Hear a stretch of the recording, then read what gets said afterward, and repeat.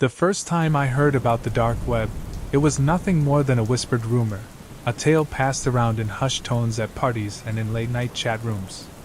It was the stuff of urban legend, a digital underworld hidden beneath the surface of the internet, where you could find anything if you knew where to look, and if you were brave enough to venture there. My name is Ethan, and back then, I was just an ordinary college student, majoring in computer science at a mid-sized university. I wasn't some hacker prodigy or a tech-savvy genius. I was just a guy who liked to tinker with computers, who spent too much time on Reddit and browsing obscure forums. I wasn't looking for trouble. I was just curious. That curiosity led me down a rabbit hole I wish I'd never found. It started with a conversation in a chat room I frequented. A few users were discussing the dark web, sharing stories about illegal marketplaces, secret societies, and hidden websites that hosted unimaginable horrors. Most of it sounded like nonsense, exaggerated tales meant to scare the uninitiated. But there was something about the way they talked, the seriousness in their tone, that piqued my interest. One user, going by the name Phantom, mentioned a site that supposedly held the darkest secrets of the web, a place called The Abyss. According to Phantom, The Abyss was a forum, but not just any forum. It was a place where the most twisted minds gathered, where you could find videos, images, and information that would haunt you for the rest of your life. Phantom claimed that The Abyss wasn't just a website. It was an experience, something that changed you, that left a mark on your soul. Of course, I was skeptical. But the idea of it, the sheer mystery surrounding The Abyss, intrigued me. I started digging, trying to find out more. I spent hours scouring the web, searching for any mention of this hidden site. But all I found were dead ends, people talking about it, but never any links, no concrete evidence that it existed. Then, one night, I received a private message from Phantom. The message was brief, just a single sentence. Curiosity killed the cat, but satisfaction brought it back.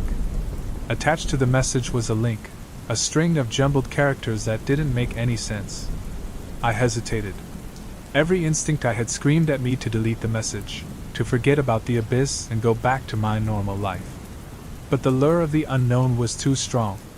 I clicked the link. My screen flickered for a moment, then went black. For a few seconds, I thought I had bricked my laptop, that I had triggered some kind of virus. But then, the screen came back to life, displaying a simple, text-based interface.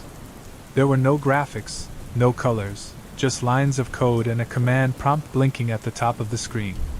"Welcome to the Abyss," the screen read. I stared at the screen, my heart pounding in my chest. This was it.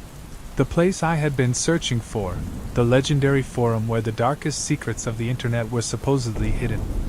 But now that I was here, I wasn't sure I wanted to proceed. I could still back out, close the laptop, and pretend none of this had ever happened. But I didn't. Instead, I typed a single word into the prompt. Enter. The screen shifted, the text scrolling rapidly as the system processed my request. A new screen appeared, this one listing a series of forums, each with a cryptic name. The Red Room, the Tomb, the Labyrinth, and at the bottom of the list, The Abyss. My fingers trembled as I navigated to the Abyss. The screen flashed again, and I was in. The forum was a stark contrast to the rest of the site. While the other sections were filled with text and links, the Abyss was almost empty, just a single post at the top of the page titled, "Welcome to the Abyss." There were no comments, no other posts, just that one message. I clicked on the post. The screen went black again, and then a video started to play.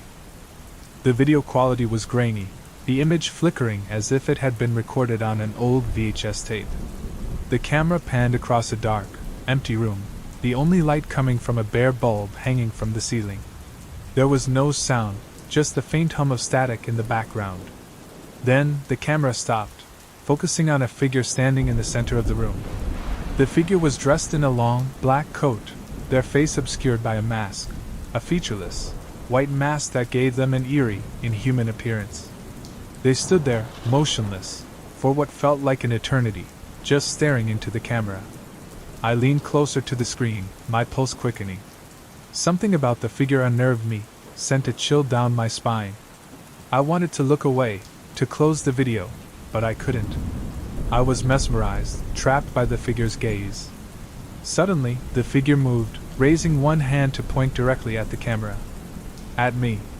I flinched, a surge of fear coursing through me. The screen flickered, and the video cut out, replaced by a single line of text. "You are now a part of the abyss." I closed the laptop, my hands shaking. I couldn't believe what I had just seen. Was it a joke? A prank designed to scare off curious idiots like me? But deep down, I knew it wasn't. There was something about that video, something in the way the figure moved that felt real. That night, I couldn't sleep. Every time I closed my eyes, I saw that figure, pointing at me, accusing me. The room felt colder than usual, and I could have sworn I heard faint whispers coming from the darkness. But whenever I turned on the light, the room was empty, silent. The next day, I tried to put the experience behind me. I told myself it was just a video, just some sick joke. But as the days passed, strange things started happening. I began receiving anonymous emails, messages with no subject, no content, just attachments. The files were always corrupted, filled with garbled text and distorted images. But I couldn't shake the feeling that there was a message hidden in them, something I was supposed to understand. My paranoia grew. I started seeing the figure from the video in my dreams, always standing in the shadows, watching me. Sometimes, I'd wake up in the middle of the night, convinced I heard footsteps outside my door, but when I checked, no one was there. Then, one night, I woke up to find my laptop on, the screen glowing softly in the darkness. I was sure I had shut it down before going to bed, but there it was, the screen displaying the same command prompt I had seen when I first entered the abyss. My heart pounded in my chest as I approached the laptop. The screen flickered, and a new message appeared. "Do you want to see more?" I hesitated, my fingers hovering over the keyboard. Every instinct screamed at me to close the laptop, to get rid of it, to smash it if I had to. But the curiosity, the obsession that had driven me this far, wouldn't let go. I typed, "Yes." The screen went black again, and then another video started playing. This one was different from the first, clearer, more vivid. The camera moved through a dark, narrow hallway, the walls lined with old, peeling wallpaper. I could hear footsteps echoing off the walls, and somewhere in the distance, the sound of a door creaking open.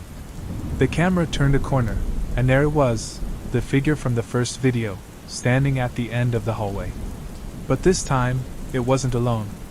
There were others, 3 or 4 figures, all wearing the same featureless white masks. They stood in a semicircle, facing the camera, their bodies rigid and unmoving. I watched, transfixed, as the camera approached the figures. The tension was unbearable, the silence deafening. The camera moved closer and closer, until it was inches away from the first figure's mask. Then, without warning, the figure reached out and grabbed the camera, pulling it forward. The screen went black again, and I was left staring at my reflection in the dark glass. My heart was racing, my breath coming in short, ragged gasps. I felt like I had just seen something I wasn't supposed to, something that had crossed the line between fiction and reality. I closed the laptop and pushed it away, my mind reeling. I couldn't shake the feeling that the figures in the video were real, that they were out there, somewhere, watching me. Days passed, and the strange occurrences escalated. I started receiving packages, unmarked boxes left on my doorstep, containing bizarre, unsettling items, a broken doll's head, an old, rusted key, a stack of Polaroid photos showing blurry, indistinct figures standing in what looked like my neighborhood. I contacted the police, but they were no help. They chalked it up to a prank, told me to ignore it. But I couldn't ignore the growing sense of dread that hung over me like a dark cloud. One night, as I sat in my apartment, trying to make sense of it all, I heard a knock at the door. My heart skipped a beat. It was late, too late for visitors. I hesitated, staring at the door, my mind racing. Was it another package? Or something worse? The knock came again, louder this time. I stood up, my legs trembling, and approached the door. I peered through the peephole, but the hallway was empty. I swallowed hard, my hand hovering over the doorknob. Every instinct told me not to open it, to lock the door and call someone, anyone. But then, I heard it, a faint whisper, coming from the other side of the door, my name spoken in a voice that sent chills down my spine. Ethan! My breath caught in my throat. I knew that voice. It was the voice from the video, the voice of the figure in the mask. I backed away from the door, my heart racing. The whisper came again, more insistent this time. Ethan, let me in! I ran to my bedroom, slamming the door behind me. I grabbed my phone, my hands shaking as I tried to dial 911. But the phone wouldn't connect, no signal, no service. I heard the front door creak open, the sound of footsteps in the hallway. They were inside. The figures from the video, the ones with the white masks, they were in my apartment. I backed into the corner of the room, clutching the phone like a lifeline. The footsteps grew louder, closer. I could hear them outside my bedroom door, the soft creak of the floorboards as they moved. The doorknob turned slowly, deliberately. The door opened a crack, just enough for me to see the darkness beyond. And then, a figure stepped into the room. It was the same as before, the black coat, the white mask, the empty, soulless eyes. But there was something different this time, something more real, more immediate. I could feel its presence, its cold, suffocating aura pressing down on me. The figure stood there, staring at me, its head tilted slightly to the side as if studying me. I couldn't move, couldn't speak. I was paralyzed with fear, my mind screaming for me to run, but my body refusing to obey. The figure took a step forward, then another, closing the distance between us. I could see my reflection in its mask, distorted and twisted, just like in the videos. Finally, it stopped, standing inches away from me. It reached out, its hand cold and clammy as it touched my face. I flinched, but I couldn't pull away. And then, it spoke, its voice a low, menacing whisper that echoed in my mind. "Welcome to the abyss, Ethan. You're one of us now." I tried to scream, but no sound came out. The darkness closed in, swallowing me whole, and I knew, in that moment, that there was no escape. I had gone too far, dug too deep. The abyss had claimed me, and there was no coming back.